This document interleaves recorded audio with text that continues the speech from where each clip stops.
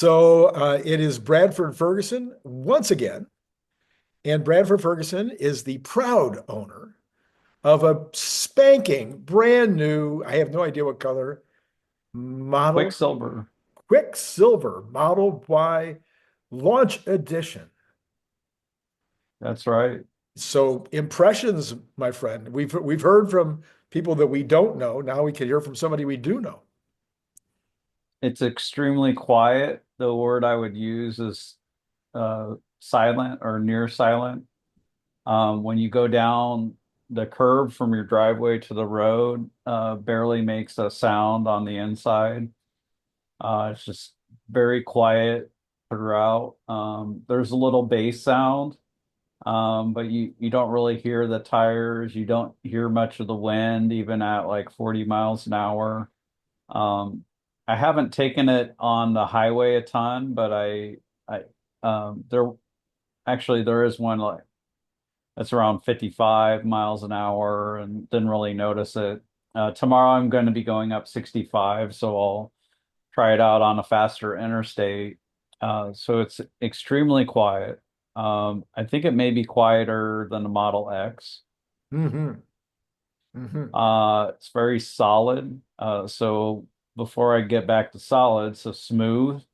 The suspension is very smooth. Hmm. It's smoother than the suspension in the old Model Y. Right. I Everything is smoother than the yeah, suspension in the old Model Y. and it feels solid. So it's not just like where it's like bouncy, where you have like this comfort setting on the Yeah, Model X or whatever, where it's kind of bouncy. It's just like uh, that yeah, instead yeah, of like yeah. that. Gotcha. Yep, yep. So it's much more solid. It it looks nicer on the inside. Mhm, mhm. There's no vibrations in the back of the car. Now that could change, Yeah, yeah, yeah. with 10, 20,000 miles. Um, I'm extremely impressed with the new Model Y, and I think Tesla will, as they're able to make them and their part supply allows, they're going to quickly get back up to that 1.2 million run rate per year, Mhm. and whatever that max capacity is for the Model Y, they're going to have the demand for it. Okay, okay. I'm 100% certain of that. In fact, in previous meetings, I think even maybe last week or 2 weeks ago, you thought the Model Y would jump well beyond the previous numbers. Do you still feel that way? Yeah, Tesla would have to add the factory capacity. It's just But more shifts. yeah, I it's it's amazing to drive. So what you take the AI4 self-driving, which is great, and we're going to talk about that in a second. Yep. It AI4 drives like a chauffeur, and then you add how quiet it is, how smooth it is, how solid it is, all of this on top of how well it drives. And it just like, it seems like it's floating. It's weird. And even when you drive it on your own, it's a much different experience compared to driving the old version of the Model Y. Hmm. It's Hmm. just, it's just serene. Like that's another S word. It's I'm very like I expected it, but I'm still surprised once I experience it. Everybody that watches the channel knows I don't drive very much, but I made one of my trips to San Diego on Sunday to see my almost 99-year-old mom, and drive 90 miles roughly each way. I was talking to my daughter on the way, no, yeah, one of my kids, I think my daughter, on the way down, and I almost forgot I was in the car. I mean, I was distracted by the call. I almost forgot I was not, I mean, I hope I was paying enough attention that if something had gone really bad, but quite Mm. frankly, I was paying enough attention that I wasn't getting, beat by mommy here, up here with her eye on me. But Mhm. but I all of a sudden when I got off the call with her, I was like, oh my gosh, I'm in a car. It's amazing. You just lose comprehension that you're even, driving. You raise a good point. When you're talking on the phone or when you're talking with someone, you a good portion of your attention goes elsewhere. Yeah. Um, and this is something that the car, while it's driving for you, it doesn't have to deal with that whatsoever. Yes. Yeah, it's amazing. All right, so let's talk about AI4 and FSD. And in the green room, you were saying that you would be willing to what? Or you think you would be or you think you should. Anyway, what was that about? Blindfold or something? I don't know Yeah, what. you could almost do it asleep or with your eyes closed. I it we're 3 months into version 13. I have not yet had it do a safety critical mistake where it's going to get me into an accident, in the next like half second or whatever. Right. That hasn't happened for me. Not once in the last 3 months. It's very smooth. I've had no phantom braking, so it hasn't had, super harsh braking for no reason. Um, I'm seeing it uh react to school zones now. Mm-hmm. Um, both ways where it slows down when it's flashing and it ignores it when after 7 p.m. Um, it's seeming to react to emergency vehicles and school buses where it slowed down for a school bus with the stop sign out. So um the list of things that Tesla needs to solve from here are very short, and in my mind, none of them are safety critical. Um, and if they figure out pick up and drop off, I think if effectively they are ready now Ready now.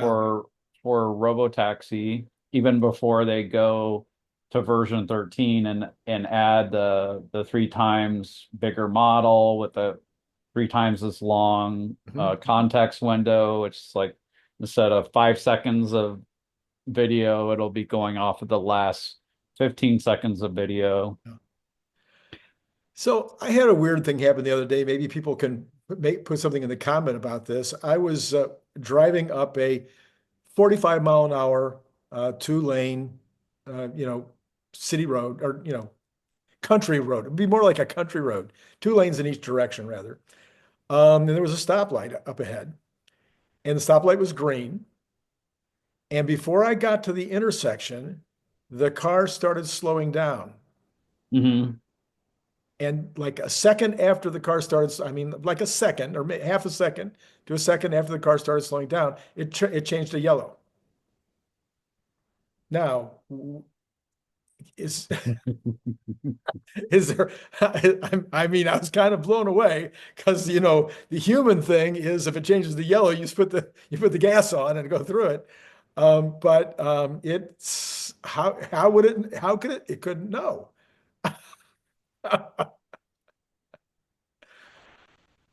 The, we're starting to see some things where it's becoming superhuman. It's, detecting when the light's about to turn green.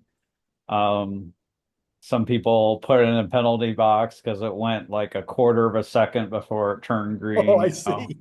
Yeah, but when it was safe. yeah, yeah. Um, it's I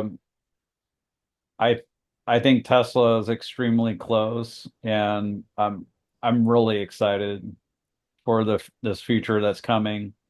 All right. So Um, so that brings me to something I've been talking. oh, Oh, go I ahead. want I want to talk about. It seems like we're getting very close, if not already, in a situation where drivers of Teslas are making more mistakes Oh. than FSD is making, Yeah. intervening when they shouldn't be, and the Tesla's doing the right thing. And I'll give one example. This happened to me last night. I posted a video about it on X. Got over 1,000 likes, I think. Um, so I was the first car on a green light, and I had a flashing yellow left turn, Hmm. and I didn't get a green arrow. Mm. So I was on FSD, but I forced the car into the intersection because I wasn't sure if I would get a green arrow. Yeah. So I goose the odds in my favor. So basically when the light turns yellow, it's going to turn and, you know, complete the left turn. But as it's turning yellow, there's a bunch of cars coming through, and there's a white pickup truck that goes by, and I think it's the last car that's going to go. So I hit the accelerator softly, and instead of turning left and presenting the side of the car to whoever else might come through, the car kind of went forward at an angle, and it turned out there was another pickup truck Mm. behind that one that Mm. came through and went through on a full red. Wow. And I didn't see it at first. Yeah. And the Tesla had plenty of room to move up the way it did, Uh-huh. and basically set me up so that, you know, I wouldn't get T-boned by that truck. Right. Um, so You know, I'm like very shocked by how good it is now. so that is very, very cool. And I have been, not everybody's agreed with me, but this is what Elon has said all along. He said for a very, very long time that once it is unsupervised, once it is robotaxi ready, Mhm. that we will have this asset value increase, the greatest asset value increase in an asset class ever in time. He acts like it would happen immediately as soon as he changes the app to robotaxi. And to a certain extent, he's right, but I'm just wondering what you think. I feel as if there's enough entrepreneurs out there, enough people that have been watching this space for a very long time, recognize the opportunity. They've been reading Cathie Wood, they've been listening to me, you, everybody else, and they know that there's this robotaxi opportunity that's coming. And that once the car is able to drive itself, that they will start snapping these cars up.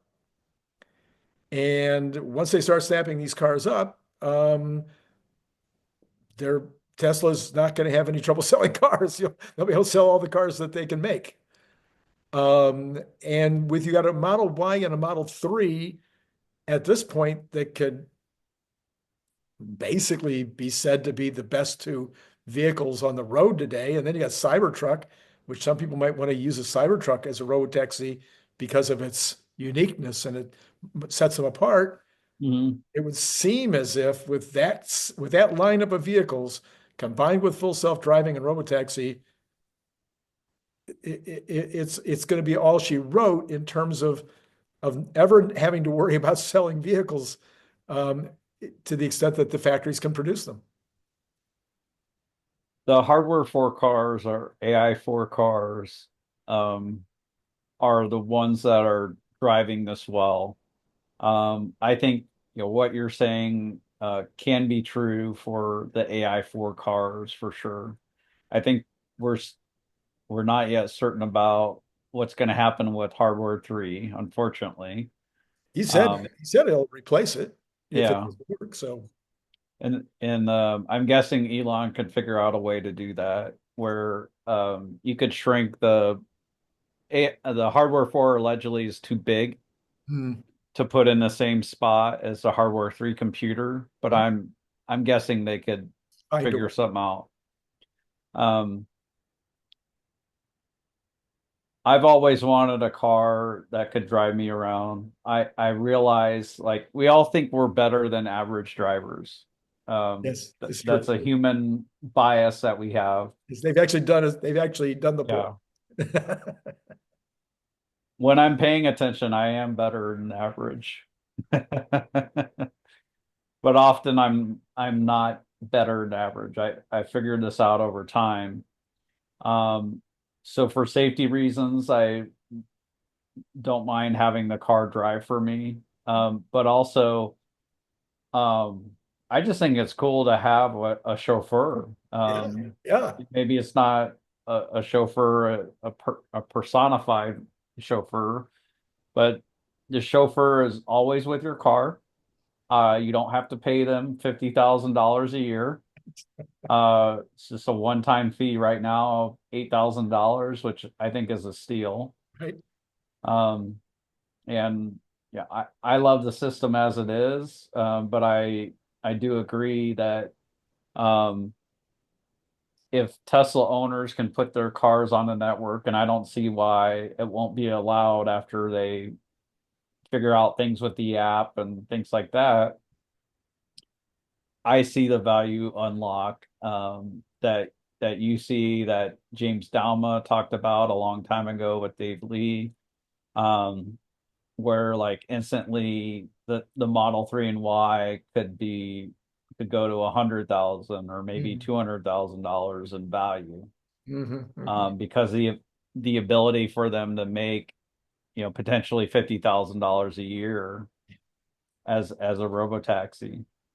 Yeah, I can absolutely assure everyone in my audience that if I was 10 or 15 years young, well, 10 years for sure. If I was 10 years younger, I would already be snapping up the used cars right now because of this situation where used cars might be a little less expensive over the whole, left versus right problem we've got right now.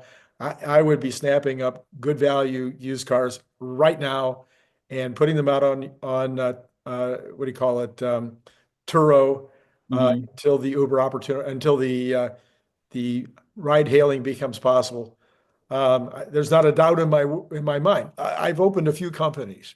I think it's 45 or something at this point.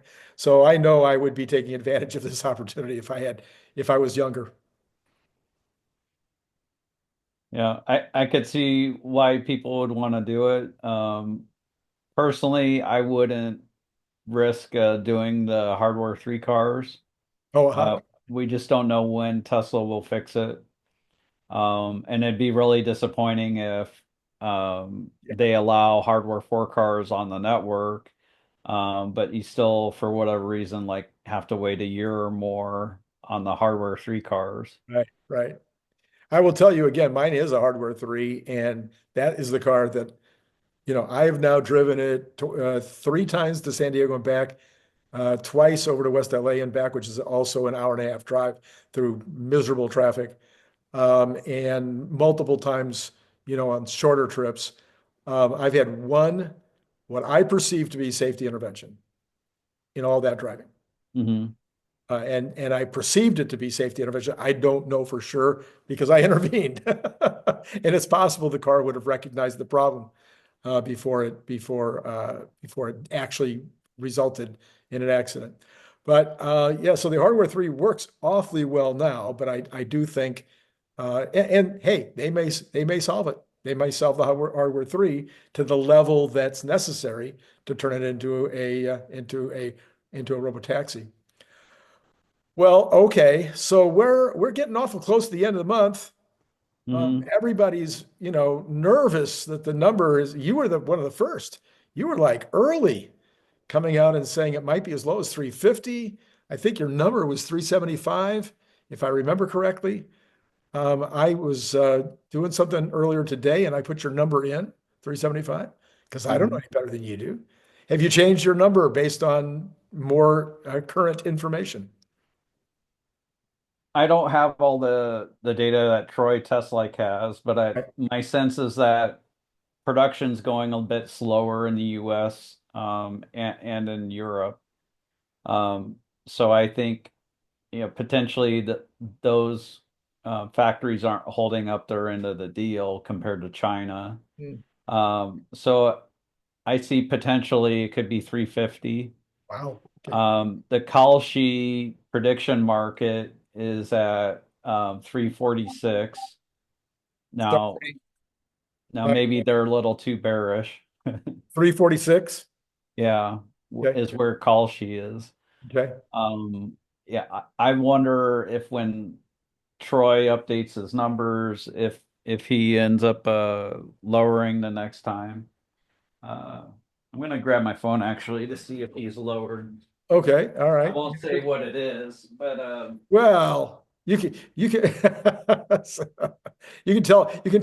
say what it was last week.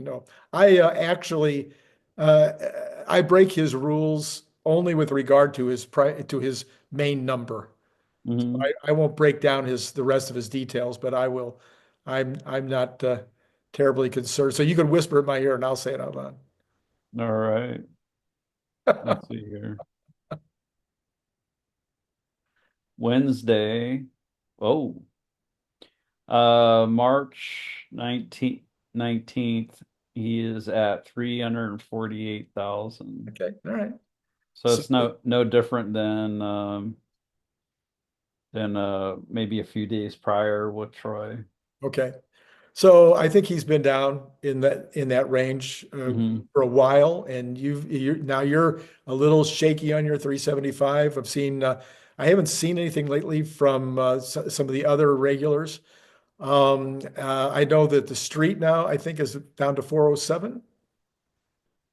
So if the street stays at 407, They'll end up merging with Troy's numbers. okay, That's what they always do. okay, Um, my sense of what might happen is we might see some kind of sell off into the numbers, and then curious, what happens after that.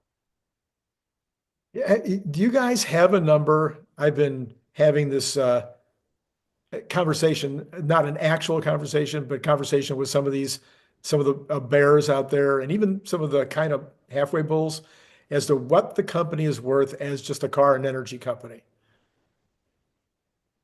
And when I say worth, even taking into consideration it's been flat in terms of sales. So it doesn't deserve 100 PE if it's only a car and energy company. With how good FSD is now, I would be at like 380 or so. You'd still be at 380. Okay. With FSD is a great Just as a driver assist, and with Mega Pack, being successful and expanding expanding rapidly. um, numerous times from here. Um, yeah, I think I'd be comfortable with 380 is $380 is the value without robotaxi, And without licensing robotaxi, without Optimus. okay. All right. Huh. Okay. So you're way higher than I am. I have a 225 as a value without any of those things. But I was just watching, I forget who it was. He was on CNBC earlier today, and he was like 140, 140 as car. And he never said anything about energy. So we'd be odd. You can't not put energy in at this point. But I think Mhm. he was including both car and energy, and he was at, I think, 240, I mean, 140 rather. So I was just asking the question in terms of if we do have a sell-off based on, the numbers going down before, street numbers going down before April 2nd, or if it's just a bad surprise on April 2nd, what you think the stock would drop to. Can you uh, rephrase that one more What, time? what do you think? What do you think the bottom is? What did you say before that? I said if we do have a sell-off between now and April 2nd, or Hmm. even if that sell-off takes place after April 2nd, because Yeah. the number is a shock, what do you think? What do you think the bottom is? Unfortunately, I can't disclose that Oh, for the benefits of my I clients. see. So, we intend to take advantage of that. I see. I see. Um, so obviously we feel everything, all this is temporary. Right. I've Right. communicated this story transparently, both on YouTube and on X. Um, I don't think it's actually a bad thing that's happening. It's just a natural thing of large manufactured objects. You have to take production down in order to ramp it back up when you're Right. making so many changes to make the product so much better. So I yeah, unfortunately I can't say, but it's going to be interesting to see. And the other thing that's coincidence is on April 2nd we're getting something else. Do you know We what that are. is? We're getting the end of the tariff story. End or maybe the beginning. Maybe the beginning. So, what may be interesting is what if we get 25% tariffs and automobiles are included in that? And do people, before we even get there, do people sell stocks down to that? And then what happens after that? So with all this, we might see a situation where it's sell uh, the rumor ends up being true, Mhm. and people buy the news. Um, Either way, so yeah, yeah. even if it ends up 350 or below, and even if we end up with 25% tariffs and it includes automobiles, you still could ironically see things go up from there. It's like this is the worst case. All the bad news has been baked in, and so now it's time to bottom shop. Yes, but also it's the people who would have sold Yeah, at the full opportunity to sell, right. and those who weren't going to sell Yeah, were never going to sell. right, right. So I think it's that also plays a part in it. Maybe are you able to answer the question? Do you think there's a reasonable risk of going below the current, what most people call the current bottom of around 220? Yeah, it could happen. We closed at 236, so Right. 220 is only like 7% away. That's like a 1 day move. Yeah. So it could potentially go on a run leading up to and including April 1st. The other thing I'm thinking about is um, conservatives continue to pitch Tesla cars, but also Tesla stock. Like crazy. This huge um, this this comedy routine that Tim Walz did, where he said he gets a little boost when he sees Tesla stock is down. It's almost encouraging conservatives and Republicans to buy Tesla stock. Yeah. Now, I think some might do that, but I think most won't. And I was just thinking about um, the very rare case of the Teslanaire, Mhm. um, or the all-in Tesla person. Mhm. It's and this is my audience, this is Yep, your yep, yep, audience. yep. It's very unusual. Um, it requires curiosity. It requires creativity and open-mindedness, being willing to change your mind. Mhm. And I think these are rare traits. I'm not like pumping myself up. I just All right. think I think they're rare. Mhm. Um, so it may be limited that people actually buy the stock because of, Fox News and Tim Walz and Howard Lutnick and um the Treasury Secretary Bessent talking about Tesla and all this stuff.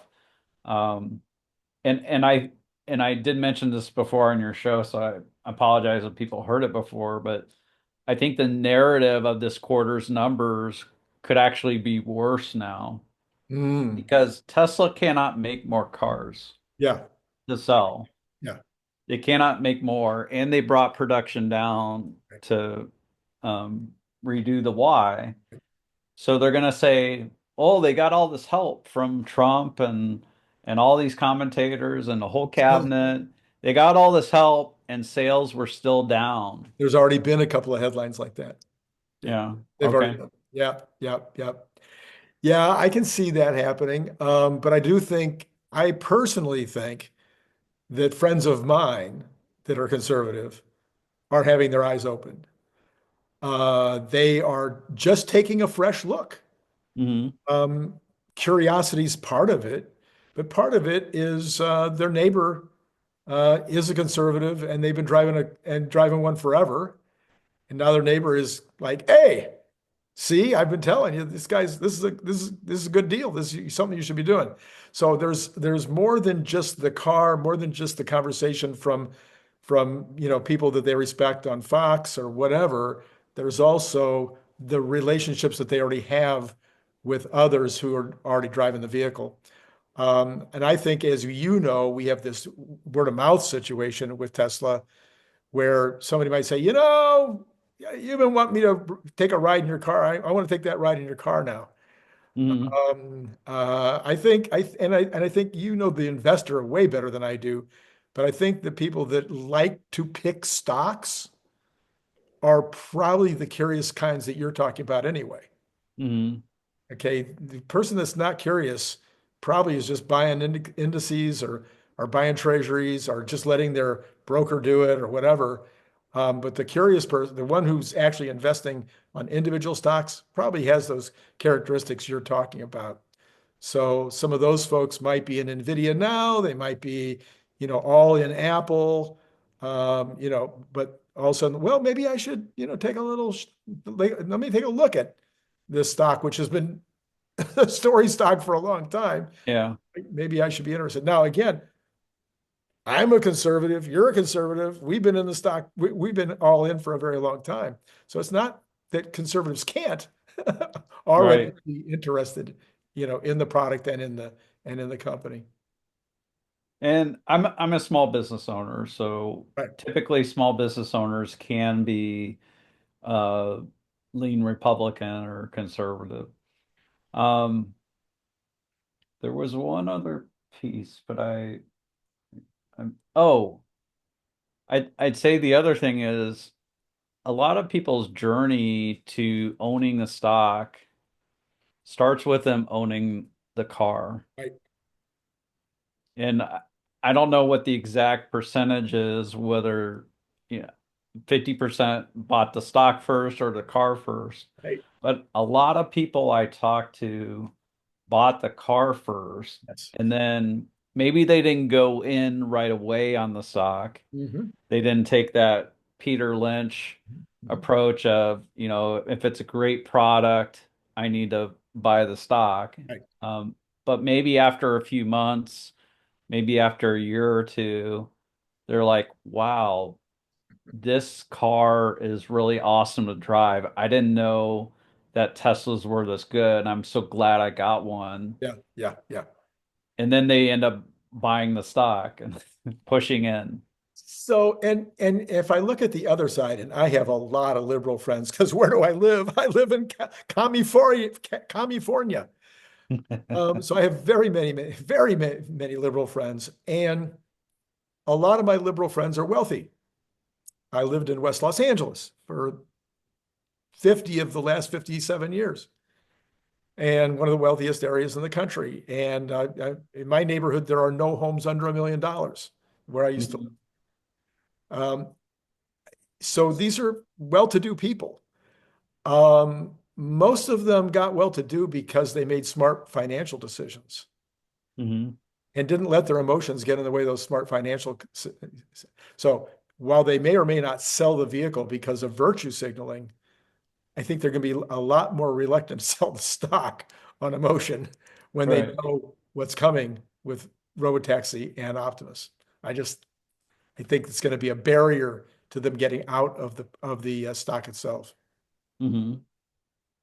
Yeah.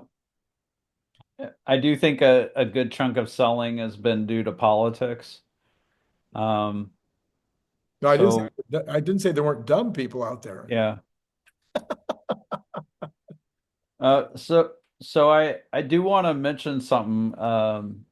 We're we're gonna start making some videos where you all will get a chance to meet some of our clients, Hmm. some of our rebellionaires, and Yeah. learn a little bit more about their journey and owning the stock or finding out about Tesla, but also learn a little more of what it's like to work with us. Uh-huh. So we're gonna start sharing those out soon. I don't know if there'll be one out tomorrow or if it'll be next week. Mhm. Um, but I just recorded my first one today and eager to share that out with everyone That so they sounds can like kind of understand a little better. that sounds like a ton of fun. Um, Dan Ives did a big screed today, yesterday, I guess, actually.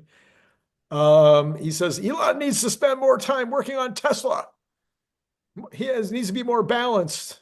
He's all nervous and all worried, and I guess his clientele are more worried about how he's spending his time rather than anything about his politics. Mm, Um, I claim that the time that he spent on PR in the last 7 days was worth way more than any time he could have possibly spent in Austin figuring out the answer to a problem. I mean, the dollar value of the PR would be, I don't know, hundreds of millions of dollars at least, maybe more. yeah. If Elon's needed to break a log jam or remove a bottleneck, they can get Elon to do that. And he doesn't need to travel to Texas or California to do that. Elon can do that. Yes, Um,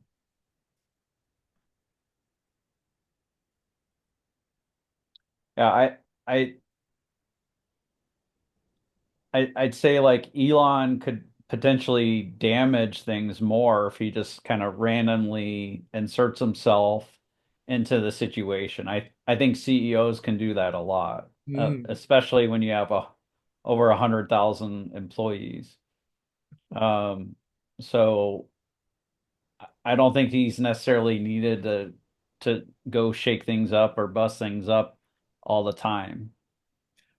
definitely not. One of the goals in my company, my bigger company, the factory, one of my goals was to be able to walk away for a month and never call in. Hmm. I did call in one time. The first time that I tried it, I did call in one time. I told everybody ahead of time I would call in one time. I didn't want to talk about business. I just wanted to be able to say hi to everybody halfway through the trip. And they did just fine. They did just fine. And I didn't have the geniuses. I had great people, but I didn't have the geniuses he has Hmm. to run a facility. So yes, a goal of a good executive should be to have people in place that can run the place just fine. And sure, he has this amazing brain that can sometimes deal with a specific situation that maybe everybody else is kind of throwing their hands up. And guess what? If he needed to, I'm sure he would get on his little jet plane and go down to Austin if it really required his physical presence. I'm sure he would do that. Hmm. So I thought Dan, I said on my video this morning that I usually agree with Dan Ives. This is one time I was completely on the other side of the story from him on this one.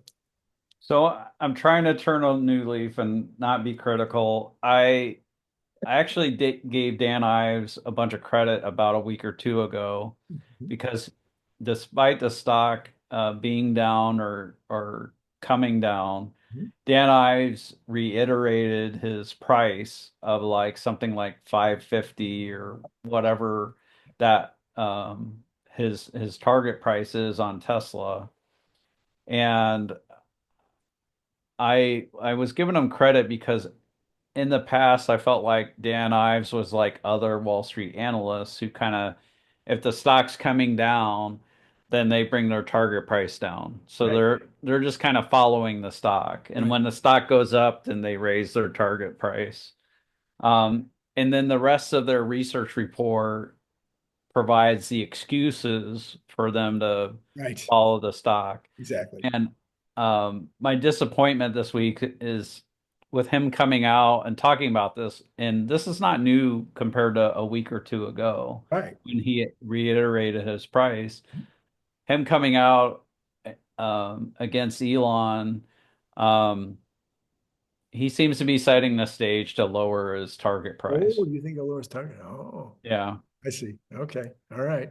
Well, that'll be interesting to watch. I just think that it was my guess is that he did have conversations with investors. My guess is that he had conversations with other people that are, his peers, and that he was getting an earful, and that maybe he just got swept away by the negativity that he was hearing and felt something needed to be said. But I would Mhm. have rather he'd said it that way if that's true. Not that he necessarily feels that way, but that's what he's hearing. Yeah. That would have been a little more judicious, I think. Hmm. So let's talk about the economy, if you don't mind, for a minute. I was extremely. I've already talked about this a couple times on the show, but I want to get your take. Did you watch the Scott Bessent um, interview? 2 days. Not yet. That's on my list for today. So you and I may have talked about it before. I've been very worried for the last 8 weeks that we were going into a recession, or that Hmm. at least we were going to flatline, and maybe it would be a negative quarter. Maybe it would be 2 negative quarters. Scott Bessent completely put me at ease. And then, as much as I worry that the Fed can't forecast anything, the combination of Bessent and then Powell maybe even more at ease. It looks like we might have a couple of 1.5 quarters GDP increase. But then Bessent's talking about a 2.5 to 3 and maybe higher fourth quarter. Um, what do you think? So that's his prediction for GDP. Maybe I should say that Bessent said the Republican Congress has been all over him to take the expenses, the federal expenses down faster. Okay. And he's saying no. He's saying to them, no, we don't need to put the country into recession. Every 300 billion that we take out of the government is 1% in the GDP. Hmm. So it sounds to me like he plans to take 1% out of the GDP from now to the end of the year, but he believes he'll get a 1.5% bump from the economy's strength by the fourth quarter. Okay. Does that sound good to you, or does that sound smart to you? Wise? What do you think? I think that's pretty exciting. And what I gathered from the clips that I saw is he seems very reasonable. Yeah. And he also gave a view into Trump that Trump is more reasonable than people think. Right. So, one of the concerns that Chamath and the other guy is David, David yeah, Friedberg. raised to him was, okay, what if some of these cuts are the wrong cuts to make and destructive? And he said that he talked with Trump about it, and Trump's like, okay, well, if that's the case, then let's reverse course on whatever those are. Right. Um, this is common sense. Common sense. And that's what Trump is promising us. Common sense. Mhm. So yeah, that's reassuring, and I do intend to get to that interview, worst case over the weekend. It was And amazing. and I do congratulate you belatedly, being able to step away from your business for such a long time and them not needing to call you to problem solve something, that's a major accomplishment.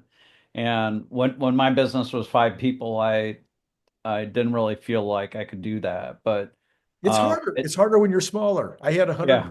I had 100 people, and but when you're smaller, it is harder. There's no doubt Yeah. about But like as we've grown and as I matured and delegated and we've gotten better and our processes, everything, like when I go on vacation, I pay attention to the markets, but I don't pay attention to anything with the business. And it. That's cool. it all gets handled and everything's fine. Clients are happy. Yeah. So, okay. So then my thesis also became with that change of heart, showing flexibility in my opinions Mhm. for those who think Open-mindedness. open-mindedness for those who Mhm. thinks that conservatives can't be open-minded and change their mind. So I changed on a dime because it satisfied both of those conversations, satisfied all my worst fears, just like that. Because you had two people that are pulling really, they're the ones got their hands on the reins. I mean, they're you know the Fed and the Treasury. I mean, holy Mhm. mackerel. And both of them are saying this year is going to be fine. And also stepping back, um, and a guy on Twitter made this point. His handle is Metaphor, and he's like an AI guy. He pointed out that Jerome Powell had a huge accomplishment. He actually managed a soft landing. Yes, he did. Yes, he did. Now, I think that I don't know how much credit he gets because the soft landing was only possible by jacking up the government spending to levels that are just like, like crazy. So anyway, but yes, listen, I'm not a person who's unhappy with Jerome Powell. I think Mm, Jerome Powell is very measured. He is a conservative. His politics were conservative. yeah, I think that he was too late on the yeah. on, I don't know if we crown him, but no, no, he does get a good amount of credit for that. right. I agree. So then anyway, if the economy is doing well, then if we stay at 1.5, 2% GDP increases for the rest of the year, and maybe more toward the end of the year, the market should start to build that in. We should be able to start seeing the S&P get back to all-time highs again. Um, we should see the interest rates coming down if inflation, in fact, is under control. I really believe inflation is over this time. It's over. Housing prices probably coming down to maybe only 3% increases per year. Inflation with the interest rates coming down, that's going to be a huge help. Eggs are already down to $3 a dozen on the wholesale market. Gasoline, oil, all down. I think it's over. If all that happens, that should all be extremely bullish for Tesla's underlying businesses. Yeah, I'd say so. I agree with that. So that would be just one more thing. Yeah, I think whenever we bottom, it my feeling on it is this is like it may be the low for the next like 3 years. Yeah, right, right. Okay. All right. Any last thoughts before I turn my attention to the numbers of the day? So be on the lookout for those videos that we're going to be bringing out from clients of ours at rebellionaire.com. And also, we're hiring for a position, a data engineer. So Haven't found that person yet, huh?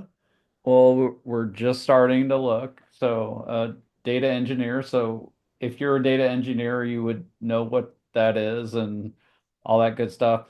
And you could send your resume to Rebellionaire on X, send it to our DMs. So is this a remote job or is this must be an office job?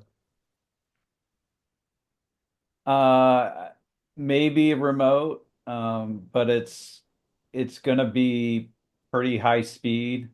And the person that's in this role is going to have an incredible playground of data to play with. Uh, I'm I'm doing some cool stuff with data, and but there's a lot more that we're not doing and we could be doing. Um, so I almost feel like it needs to be an office. Mhm. But I'm open, for the right person who's motivated, who does the work. I'm open to potentially work from home. Okay. All right. Cool. Well, But like I'm in Carmel, Indiana. It's yes. regularly rated one of the top three cities in the country. It's incredible to live here. We have, it sounds ridiculous, but we have all these roundabouts. So literally traffic is not a problem in Carmel. It's there's I think four traffic lights. So at roundabouts you don't wait Right. um, Right. for the Right. roundabout. You're not sitting there. Um, and the thing that affirms how good Carmel is I'll go on vacation and we'll spend some time out and about when we go on vacation and um, waiting at the lights, all the stuff, and we come back and we realize like how good we have it in Carmel. So I just saw an article the other day that said that Carmel by the Sea is one of the nicest cities in America. So maybe the best thing you can do is have a city that's spelled Carmel. No matter how you pronounce it, it must be a great place to live. We're Carmel by the corn. Carmel by the Core. All right, Bradford Ferguson, thanks as always for jumping on here with me. And Yeah, let's get right to the numbers. good idea. All right. So what happened today? Well, we're right at 5 o'clock. So the after hours has concluded, and Tesla is down almost 0.5% in the after hours after being up 0.17. It's down 0.53 all day long. It was just back and forth around the zero mark, and it had a couple of big drop-offs and then gained those back. But that was similar. The markets, general markets also had a couple of big drop-offs, but Tesla's were just steeper but still came on back. Tesla came on back. The rest of the market didn't. The Dow was down 0.03, NASDAQ down 0.33, and S&P down 0.22 in the regular market hours. We had the Magnificent Seven mixed, which would make sense given what I just said, with Meta and NVIDIA up and the rest down. And the Cathie Woods were all down today, except, of course, say it together now, Square was continuing up today. All right, let's go ahead and look at the bonds, which were doing well, but I think not as well as they were. Nope, you see, up 0.4 of a basis point in the pre-market. 4.235 though, still under 4.25, but we really want to be able to see this continuing down in the days to come. Oil is unchanged, exactly unchanged at 68.26 after being up fairly strongly today. Natural gas down a bit, 1.23 at 3.926. So it's under $4 again. I think I saw a headline that said that there's quite a bit of inventory right now, which is probably what's impacting that in the short term. Don't know if there's a long-term trend on that or not. Gold, 3,053, up 930 in the pre-market. So I think 3,053 is very close to being all-time high. Silver popping back up a little bit after falling. It is at up 0.32, 34.10. I think the recent all-time high is closer to like 34.50, 34.60. And copper at $5.11, up again. That is definitely continuing to be at all-time highs. Bitcoin down 1,200. It's been flip-flopping around the 79 to 85 area, and it is at 84,209 right now. Here we go with the equities for tomorrow. We got 42,000 on the Dow. That is down 0.03. It's 0.03%. I'm sorry, down 11.31. S&P down 12.4. That is 0.22%. And the NASDAQ down 59.16. That is down 0.33%. Now, all of these had been up earlier I'm sorry, can we take that all back? Because I'm not going to go to the trouble to what do you call it, to edit it. You want this information now. I don't have time. So the S&P is still up because it had been up earlier. S&P is up 0.03 or 1.5. NASDAQ is up 0.03 also, or 5.75. But the Dow is just changed to up to, but 0%. So flat, flat, flat. Okay, so that's where all that is. Cern Basher and I are going to do a really amazing video at 7:45. I know you're going to want to watch that one. Yes, you definitely want to watch Cern. He'll have another video. Have another video with him on Saturday, probably Saturday morning. So look forward to that one. We're going to take a look at the valuations of Tesla going forward, as well as some other fun things. But yes, you're going to like tonight's show at 7:45. Like, subscribe, notify, all that jazz. Last night I did a valuation. What I think of, no, you know what? Well, yeah, last night I did that valuation on Tesla. You might want to go back and take a look at that. That would actually kind of set up the Cern Basher on Saturday morning.